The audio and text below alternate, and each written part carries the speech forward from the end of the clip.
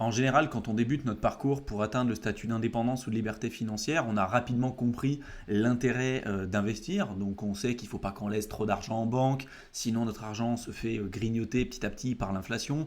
Donc on commence à s'intéresser à différentes manières de pouvoir investir. Alors on va regarder par exemple comment investir en immobilier, puis ensuite on va tomber sur des vidéos sur de la bourse. Donc on va dire tiens, est-ce que je vais faire un petit peu de la bourse? Après on va tomber sur les crypto-monnaies, donc on va se dire tiens, est-ce que je vais faire un peu de la crypto? Est-ce que je vais investir sur les métaux précieux? Est-ce que je vais faire du crowdfunding, du crowdlending? Est-ce que je vais développer une activité entrepreneuriale? Et donc en fait, au départ, quand on n'a pas un socle solide, on a vite tendance en tant que débutant à faire la girouette, c'est-à-dire à regarder ce qui existe un peu à droite à gauche, et puis à se perdre dans les méandres de YouTube en se disant tiens, là il y a une opportunité qui est intéressante, je vais faire un peu de trading, ah ben non, ça n'a pas trop marché pour moi, puis je vais essayer pendant 2 mois le trading, et puis au final ça marche pas, donc je vais aller faire de la crypto, puis au bout de 3 mois ça marche pas non plus, puis je vais faire un peu d'immobilier, puis ça marche pas non plus. Et au final, on fait un peu de tout et on fait rien parce qu'on est bon nulle part. On a vite tendance à abandonner. Et en général, à la moindre difficulté, c'est là où on va commencer à changer et à s'intéresser à un autre sujet. Sauf que bah, y a des débutants comme ça fait 3 ans, 4 ans, qui s'intéressent au concept d'indépendance et de liberté financière.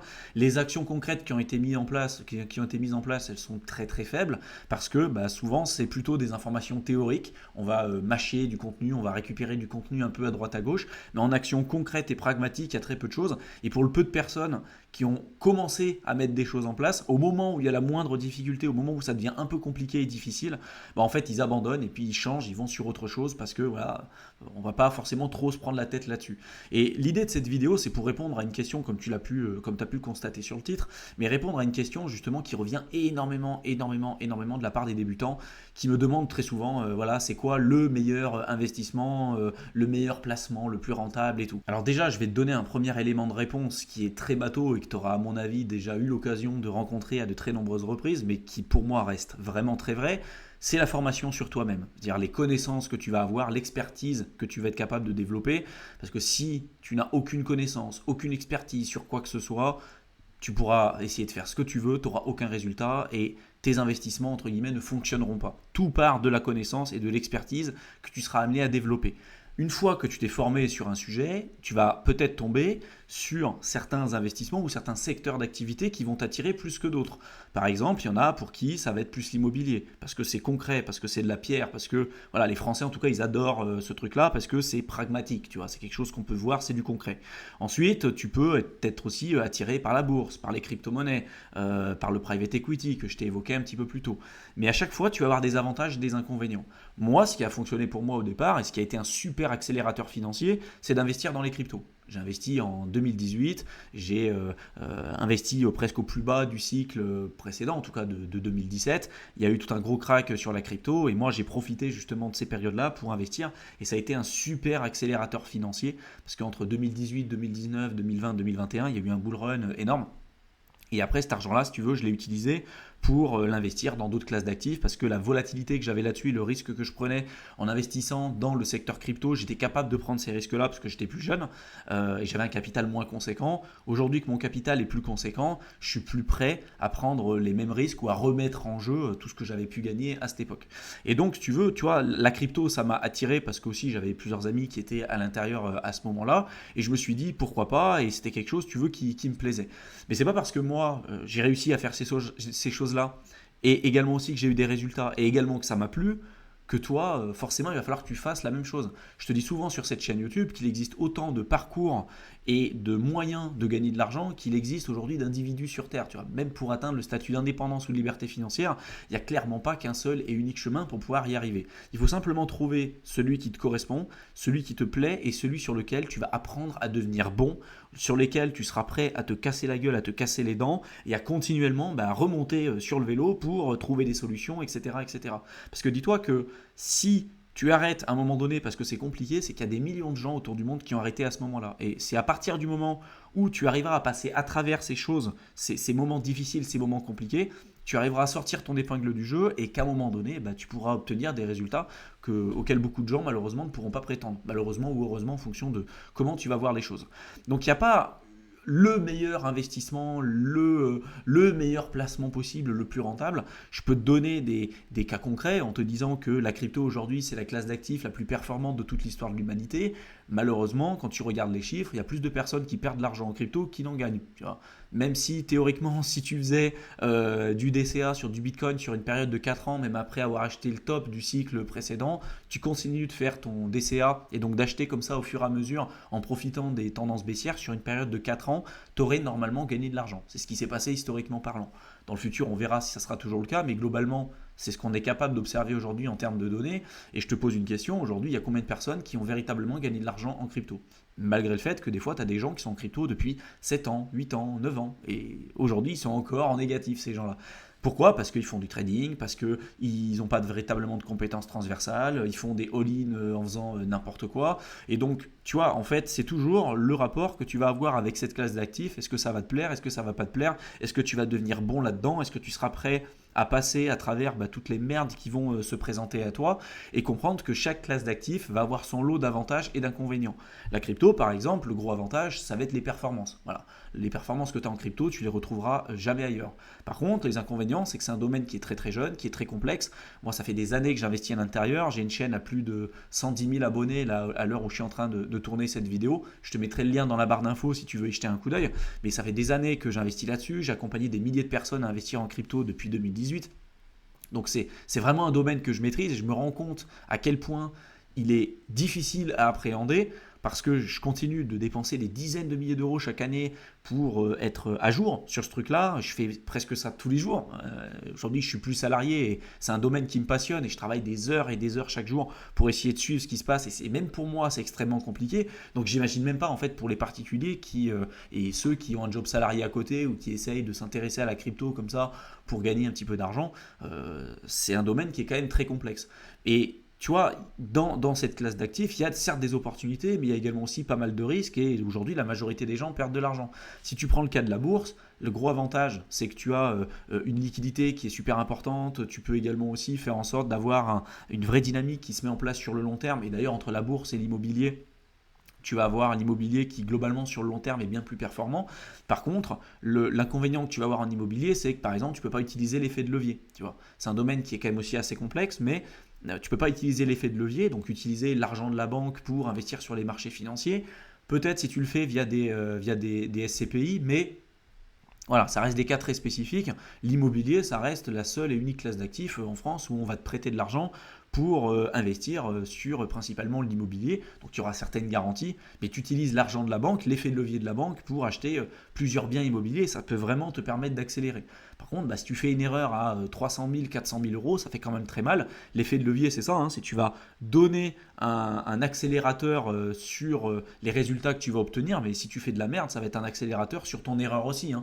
Donc ça peut faire très mal. Mais tu vois, tu as des gens qui vont suivre en fait aveuglément ce qu'on va voir sur Internet en se disant tiens, lui, il a réussi grâce à l'immobilier, donc moi, je vais faire la même chose, je vais me lancer dans l'immobilier. Mais peut-être que l'immobilier, c'est pas pour toi. Si tu n'es pas capable d'aller négocier des biens, si tu n'aimes pas trop aller au contact des gens, tu n'aimes pas trop aller sur le terrain, tu n'aimes pas trop être en contact avec les artisans pour faire des négociations, suivre ce que fait les locataires et tout, l'immobilier, c'est peut-être pas pour toi, parce qu'il y a aussi des risques qui sont importants.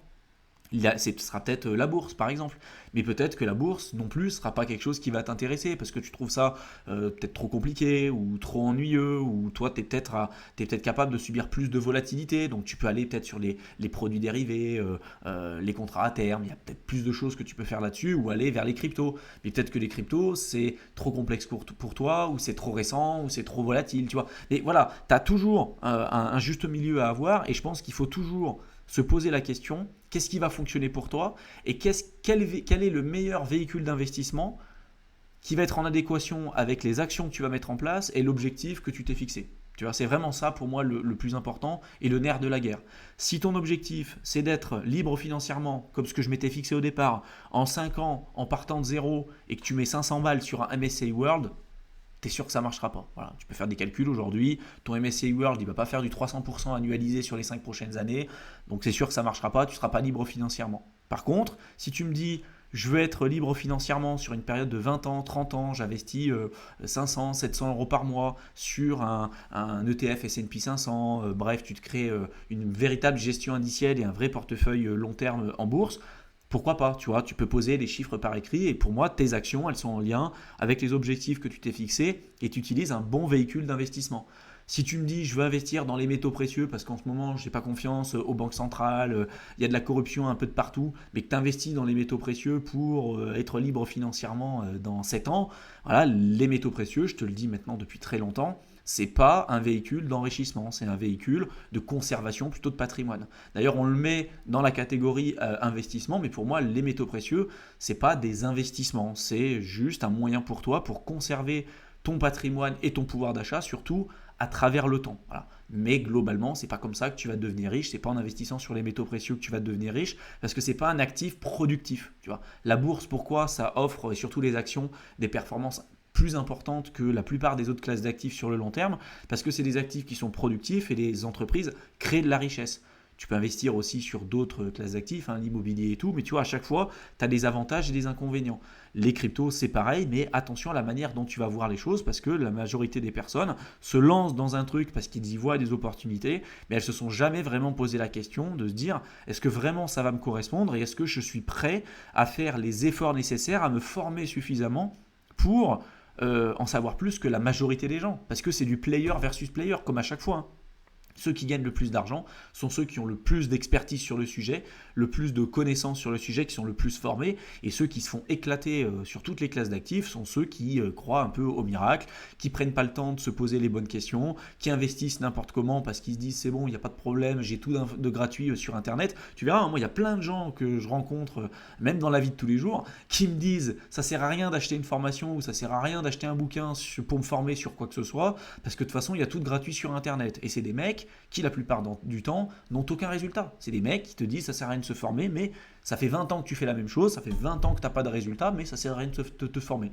Écoute, il n'y a pas de problème. Il y a un gros problème, en fait, je pense, avec l'investissement, c'est que tu vois, ça nous semble normal aujourd'hui de faire des études pour être kiné, pour être médecin, pour être avocat. Tu vois, personne s'auto-proclamerait médecin ou avocat sans avoir fait les études ou le cursus nécessaire pour y arriver.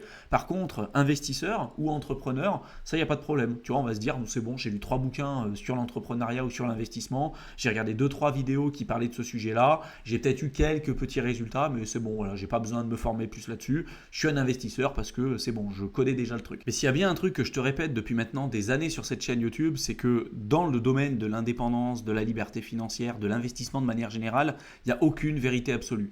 Même des mecs qui aujourd'hui sont centimilliardaires, des personnes comme Warren Buffett, comme Ray Dalio, comme Peter Lynch, c'est des gens qui auraient normalement toutes les compétences et l'expertise pour se dire c'est bon, je connais, aujourd'hui j'ai 100 milliards de patrimoine net, a priori j'ai compris comment gagner de l'argent et j'ai compris comment les choses fonctionnaient. Et quand tu as des gens comme ça qui t'expliquent qu'il n'y a pas qu'une manière de penser, que la vérité absolue n'existe pas, qu'il faut toujours se remettre en question, qu'il faut continuellement se former, qu'il ne faut rien considérer comme acquis, que personne, même eux, ne sont pas capables de prédire l'avenir, bah, au final, un particulier devrait l'être d'autant plus, tu vois, encore plus humble, encore plus prendre du recul sur les événements, encore plus s'interroger sur ce qu'on va voir autour de nous, tu vois. C'est vraiment ça le plus important. Il n'y a aucune vérité absolue, il y a plein de chemins différents, il y a plusieurs classes d'actifs, ça reste des outils, c'est ce que je dis tout le temps aussi sur cette chaîne, c'est qu'un marteau, tu peux l'utiliser pour construire une belle maison, mais tu peux t'en servir pour éclater la tête de ton voisin et le tuer sur le coup. Et l'investissement, c'est pareil, si tu utilises le mauvais véhicule d'investissement ou un véhicule d'investissement qui fonctionne mais tu l'utilises de la mauvaise manière ou pas correctement vis-à-vis de ta situation personnelle et par rapport aux objectifs aussi que tu t'es fixé, ça va être destructeur et tu peux perdre énormément de temps, voire aussi énormément d'argent. C'est pour ça qu'il faut vraiment prendre le temps de te former, de te laisser aussi la possibilité à l'erreur, c'est-à-dire de te dire ok, je pensais par exemple que l'immobilier c'était fait pour moi, bah, peut-être que ce ne sera pas fait pour toi. Laisse-toi le temps de pouvoir tester aussi les choses pour te dire ok, j'ai testé, c'est pas quelque chose qui me correspond, mais t'abandonnes pas ton objectif de fin. Tu vois, si ton objectif c'est l'indépendance ou la liberté financière, que tu utilises l'immobilier, que tu utilises la bourse, que tu utilises les cryptos, l'entrepreneuriat et tout, tu peux même tout faire aussi, hein. Moi c'est ce que je fais aujourd'hui, je fais un peu de bourse, je fais un peu d'immobilier, je fais de l'entrepreneuriat, voilà, je fais du private equity, j'investis aussi dans les métaux précieux, voilà. J'essaye de faire un peu tout parce qu'aujourd'hui j'ai un portefeuille qui n'est pas équivalent à celui que j'avais au départ et parce que ça répond à d'autres critères qui sont pertinents pour moi aujourd'hui. Mais tu vois, c'est pas parce que tu vas tester quelque chose qui ne va pas fonctionner à un moment donné que ça veut dire que tu vas abandonner ton objectif final. Ça, c'est un peu le tempérament américain de dire no pain, no gain, c'est bon, tu vas continuer, si c'est compliqué, il faut que tu continues, il faut que tu continues. Il y a des gens pour qui ça ne sera pas pour eux. Et c'est normal, toi, tu trouveras un autre moyen d'y arriver. T'oublies pas tu ne mets pas de côté ton objectif final. Laisse-toi vraiment le temps de la réflexion et n'abandonne pas au moment où tu vas être confronté aux premières difficultés, parce que justement, tu te dis que si tu commences à vivre une première difficulté, dis-toi qu'il y a des millions et des millions de gens qui arrêtent à chaque fois qu'ils arrivent et qui sont confrontés à la première difficulté. Si toi, tu arrives à chaque fois à trouver des solutions et que tu arrives à passer à travers ces difficultés, tu verras que tu pourras obtenir des résultats auxquels beaucoup de gens, malheureusement, ne pourront jamais prétendre, ou malheureusement ou heureusement, en fonction de la manière dont tu vois les choses.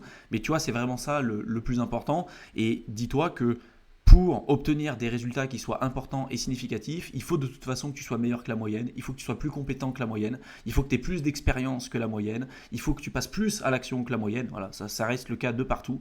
Et après, à toi de trouver le véhicule qui va t'intéresser le plus, mais il n'y a pas un véhicule qui va être meilleur que l'autre. Ça va dépendre de ce que tu veux faire et des objectifs que tu te seras fixés, bien évidemment. J'espère que cette vidéo t'aura plu, qu'elle t'aura intéressé, qu'elle t'aura été utile. Si tu veux aller plus loin sur le domaine de l'indépendance, de la liberté financière et de l'investissement, je t'ai préparé un programme de formation offert de plusieurs heures que tu peux rejoindre simplement en cliquant dans le lien que je t'aurais mis juste en dessous de la vidéo. Tu as simplement à cliquer dessus, tu rentres ton adresse mail et tu verras, je t'enverrai le contenu directement dans ta boîte de réception. Je te souhaite une excellente fin de journée et je te retrouve dans une prochaine vidéo. Allez, à bientôt.